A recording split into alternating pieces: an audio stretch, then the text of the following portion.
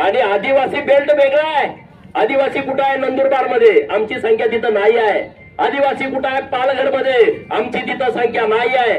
आदिवासी कुठं आहे? ठाण्यामध्ये, तिथं आमची संख्या नाही आहे. आदिवासी कुठं आहे? गडचिरोलीमध्ये, तिथं आमची संख्या आहे पण ती कमी आहे. आदिवासी कुठं आहे? नागपूरमध्ये, तिथं आमची संख्या कमी आहे. आदिवासी कुठं आहे? गोंदिया, भंडारा, वर्ध्यामध्ये, तिथं आमची संख्या आहे पण ती तुम्हाला तिथं आमचा पोरगा उभा राहिला आमदार होईल अशी संख्या नाही आहे. हा विषय तुम्ही समजून घ्या. तुमची संख्या दिंडोरीमध्ये आहे, तिथं आमची संख्या आहे पण एखाद्या दुसऱ्या मतदारसंघामध्ये आहे. नांदगाव सारख्या मतदारसंघामध्ये आम्ही 35-40 हजार आहोत, तर दुसऱ्या मतदारसंघामध्ये नाही. आमचा बेल्ट कुठं आहे? पश्चिम महाराष्ट्र. आमचा बेल्ट कुठं आहे? मराठवाडा. आमचा बेल्ट कुठं आहे?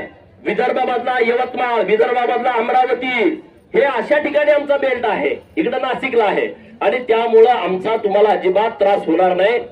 90 विधानसभा मतदारसंघ महाराष्ट्र